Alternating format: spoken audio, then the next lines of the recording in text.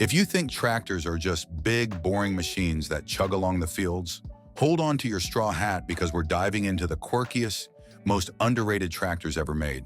These aren't your everyday green and yellow beasts. We're talking about the underdogs, the tractors that didn't get the fame, but definitely earned their place in history. The Rock Island Hyder C, the name sounds like something out of a Western, and in a way it was. Built by the Rock Island Plow Company, this tractor came from an era when the world was still figuring out what a tractor should even be. Produced between the late 1910s and early 1920s, the Hyder C was powered by a four-cylinder engine from either Waukesha or Lew, producing around 12 to 15 horsepower. Again, not a powerhouse by today's standards, but compared to an actual horse, it was a major upgrade. What made the Hyder C stand out was its friction drive transmission. Instead of using traditional gears, it relied on friction discs to control speed and direction. This meant smoother shifts and fewer jerky starts. The downside, dust and debris could mess with the system, so keeping it clean was a must. It also had adjustable wheel treads and decent ground clearance, making it a flexible choice for different farming tasks. Rock Island eventually got absorbed into other companies, and the Hyder C faded into history. Today, finding one in working condition is like finding an old treasure map that actually leads to gold. Restoring one takes serious dedication, but for collectors who manage to do it, they own a true piece of early tractor engineering. The Mean Mighty Mouse. Some tractors are built like tanks, meant to tear through fields with raw power. Others, well, they sneak in, do the job, and leave you wondering how such a little thing packs so much punch. Meet the Mighty Mouse, a tiny powerhouse that lived up to its name. Back in the 1940s, the M.E. Specialties Company of Chicago decided that not every farmer needed a hulking steel behemoth. Some just needed a compact workhorse to handle the lighter jobs without taking up half the barn. Landscapers, orchard owners, and hobby farmers took one look at this small but mighty machine and saw potential. Under the hood, or what little hood there was, you'd typically find a Briggs & Stratton or Wisconsin engine pushing out 6 to 10 horsepower. That sounds like the power of a determined lawnmower, but the Mighty Mouse wasn't playing around. It came with a sturdy frame and heavy-duty parts, letting it pull plows, cultivators, and even snow blades. Not bad for something that wouldn't look out of place next to a kid's pedal tractor. Its biggest trick? Maneuverability. Tight spaces? No problem. Narrow paths? Easy. This thing could weave through barnyards, orchards, and suburban gardens with ease. It was the Swiss Army knife of small tractors. But despite all that charm, production was limited, and M.E. Specialties eventually shut down the line. Today, spotting a Mighty Mouse is like stumbling upon buried treasure. You'll probably see one at a tractor expo, gleaming from a fresh restoration job, owned by someone who spent years tracking down replacement parts. It's a reminder of a time when small companies took big swings in the tractor business, sometimes with a machine no bigger than a riding mower, but twice as determined. Avery Road Track. Before B.F. Avery & Sons got scooped up by Minneapolis Moline, they were cranking out tractors that packed efficiency into a small frame. One of their standout models? The Avery Road Track, a lightweight row crop tractor that was built to make farming easier without breaking the bank. This machine showed up in the 1930s and stuck around into the post-war years. Farmers needed something reliable, affordable, and easy to maintain. Avery delivered with a four-cylinder Hercules or Continental engine pushing out 20 to 25 horsepower. Not the most muscle-bound tractor on the block, but it got the job done. What made it special? That adjustable front axle. Farmers could tweak the tread width for different row spacings, making it a dream for crops like corn and cotton. It also had a tricycle-style front-wheel setup, perfect for steering through rows with precision. This was a big deal in the transition from horse-drawn farming to fully mechanized work. Avery tractors were built with practicality in mind. The road track wasn't drowning in complicated parts, which meant farmers could fix them up with basic tools and readily available engine components. Less downtime, more field time. Unfortunately, as bigger brands started to dominate the tractor world, B.F. Avery couldn't keep up.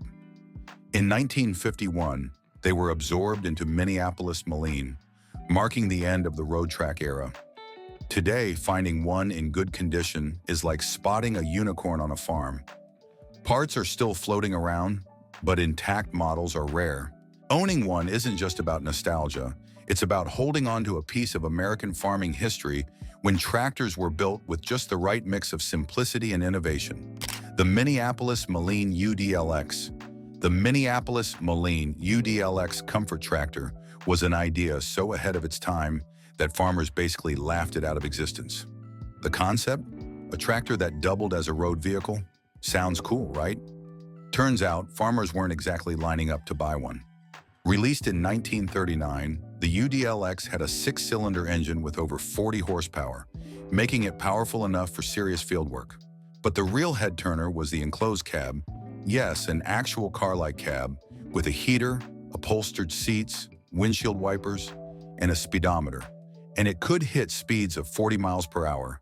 For comparison, most tractors back then maxed out at around 15 miles per hour. The idea was simple. Work your fields during the day, then drive into town at night without needing a separate car or truck. The problem? It was expensive. Most farmers figured they were better off buying a regular tractor and a used pickup truck instead of splurging on this luxury hybrid. Because of that, the UDLX was a flop. Only about 150 were made before Minneapolis Moline pulled the plug. But today, it's one of the most sought-after tractors in the world. If you see one at an auction, expect a bidding war. It's not just rare, it's a symbol of what could have been if the world had been ready for a tractor that doubled as a Sunday cruiser. The Leader Model D. The Leader Model D came from a small Ohio company that wasn't afraid to go up against the giants. While John Deere and International Harvester were flexing their muscles, Leader went the practical route. They built an affordable, no-nonsense tractor for the farmers who just needed to get the job done without selling half their farm to afford one. Under the hood, this little workhorse had a 4-cylinder Continental engine, pushing out 20 horsepower at the drawbar. By today's standards, that's like a lawnmower with ambition, but back in the day, this was a solid power unit for small farms.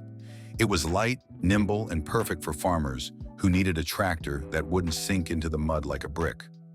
The best part? Simplicity. It had fewer parts to break, and when something did go wrong, you didn't need a PhD in mechanics to fix it. That's why farmers loved it. But despite its reliability, finding a Leader Model D today is like spotting Bigfoot. If you see one at a vintage tractor show, tip your hat because you're looking at a rare piece of American farm history. The Gibson Model D. Next up, we have the Gibson Model D. No, not the guitar. This Gibson made tractors, and while they never became a household name, they definitely earned a loyal following. Originally built in Seattle before production moved to Colorado, these machines were all about keeping things simple and rugged. The Model D ran on either a single-cylinder or 2-cylinder engine, giving it around 10 to 12 horsepower. That's not a lot, but it was enough to plow fields, haul loads, and handle orchard work without a fuss. It was lightweight and compact, which made it perfect for farms where space was tight. One of its standout features was the belt-driven transmission. Sounds old school? It was, but it made repairs a breeze. Farmers didn't have to worry about complex gear systems failing when they needed them most. It also had adjustable wheel treads, so you could set it up for different row spacings, great for vegetable growers who needed flexibility. Gibson tractors never hit massive production numbers, so finding one today is a rare treat. Collectors love them for their durability and charm. If you ever spot one at a farm show, take a moment to appreciate an American-made machine that refused to play by the rules. The Silver King Model 42. The Fate Root Heath Company. Yes, that's a real name. And it had an unusual start. Before making tractors, they built brick-making machines and locomotive jacks. Then they decided to jump into farming equipment, and the Silver King line was born. The Model 42 became one of their most beloved creations. If you've ever seen a Silver King, you know it doesn't look like your average farm tractor. That sleek silver paint job made it stand out in a sea of red, green, and orange. But it wasn't just about looks. This thing was fast, by 1930s and 1940s standards anyway. Underneath the silver shell was a four-cylinder Hercules or Continental engine pushing about 30 horsepower. But the real magic was in the transmission. It had multiple forward speeds, letting it zip down roads at speeds that put other tractors to shame. Farmers quickly realized they could skip using a truck for short hauls, saving time and fuel. For small to mid-sized farms, the Silver King Model 42 was a solid workhorse. It handled plowing, planting, cultivating, and even hauling. The relatively lightweight build meant it could slip into tight spaces without getting stuck. But despite its advantages, the Silver King had stiff competition from bigger manufacturers with more marketing muscle. These days, the Silver King Model 42 is a collector's dream. Finding one in good condition is tough, and those who restore them take pride in bringing back that signature silver shine. It's a machine from an era when companies had to be creative to compete, offering something just a little faster, a little flashier, and a whole lot of fun. The Shepherd Diesel SD3 tractors and diesel engines go together like peanut butter and jelly. But in the 1950s, that wasn't exactly the case, especially for smaller tractors. Enter the Shepherd Diesel SD3, a bold little machine from Hanover, Pennsylvania. Shepherd Diesel was better known for making engines for boats and industrial equipment. But at some point, someone in the company thought, hey, why not make a tractor? And thus, the SD3 was born. This three-cylinder diesel tractor packed about 30 horsepower, which gave it more pulling power than many gas-powered rivals. Diesel was cheaper and more fuel-efficient, so it made a lot of sense. But here's the thing, most farmers were still used to gasoline engines. Diesel in a small tractor? That was practically witchcraft in some circles. One thing the SD3 had going for it was its weight. This thing was built solid. Heavier than its gas-powered competition, it had excellent traction and could handle tough jobs like plowing without slipping around like a nervous cow on ice. It was also compact, so it could maneuver in tighter spaces, a big plus for small farms. So why didn't it take over the world? Well, Shepherd Diesel didn't have the strongest distribution or service network. If a farmer bought one and needed parts, good luck. Even today, finding original Shepherd Diesel components is like searching for a needle in a haystack, except the haystack is on fire, and the needle might not even exist. Still, collectors love the SD3 because it was ahead of its time. Spotting one today is like seeing Bigfoot riding a unicorn. Rare, but impressive. The John Deere Waterloo Boy. John Deere is a household name now, but back in the early 1900s, they weren't exactly dominating the tractor scene. That all changed when they got their hands on the Waterloo Boy. Originally made by the Waterloo Gasoline Engine Company, this tractor was so good that John Deere decided to just buy the whole company in 1918. And honestly, that was probably one of the best decisions they ever made. The Waterloo Boy wasn't fancy, but it got the job done. It had a two-cylinder horizontal engine that pumped out 12 to 15 horsepower, which was plenty for the time. But the real selling point? Simplicity. Farmers could actually see the gears moving and access parts without tearing the whole thing apart. Of course, that also meant you got a front row seat to all the noise, oil splatter, and mechanical chaos, but hey, at least it was easy to fix.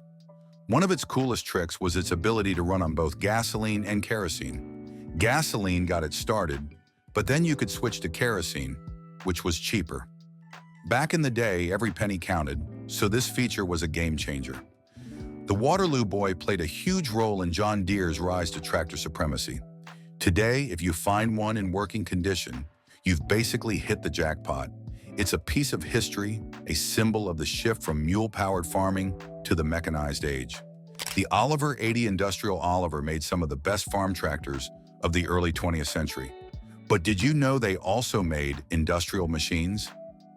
The Oliver 80 Industrial was their attempt at building a tough-as-nails workhorse that could handle way more than just plowing fields. This beast had a four-cylinder engine and cranked out around 35 horsepower, big numbers for the time. It had a reinforced frame, a stronger front axle, and heavy-duty tires, making it perfect for construction, road work, and factory jobs. Unlike its row crop cousins, the Industrial 80 had a lower clearance and different fender designs to accommodate its rougher work environment. And just to make sure you didn't mistake it for a farm tractor, some of them were painted in municipal yellow or orange instead of olive or green. Because these tractors were made for specialized jobs, they didn't sell in huge numbers. Farmers didn't really need them, and businesses that did need them weren't buying tractors in bulk. That's why finding one today is rare. Most were worked into the ground, and the few that survived have battle scars from decades of hard labor. But for collectors, the Industrial 80 is a gem, a link between agriculture and the industries that build America. So, which one was your favorite? Let me know in the comments. And if you love discovering rare machines like these, don't forget to like, subscribe, and hit that bell so you never miss a video. More incredible finds are coming your way.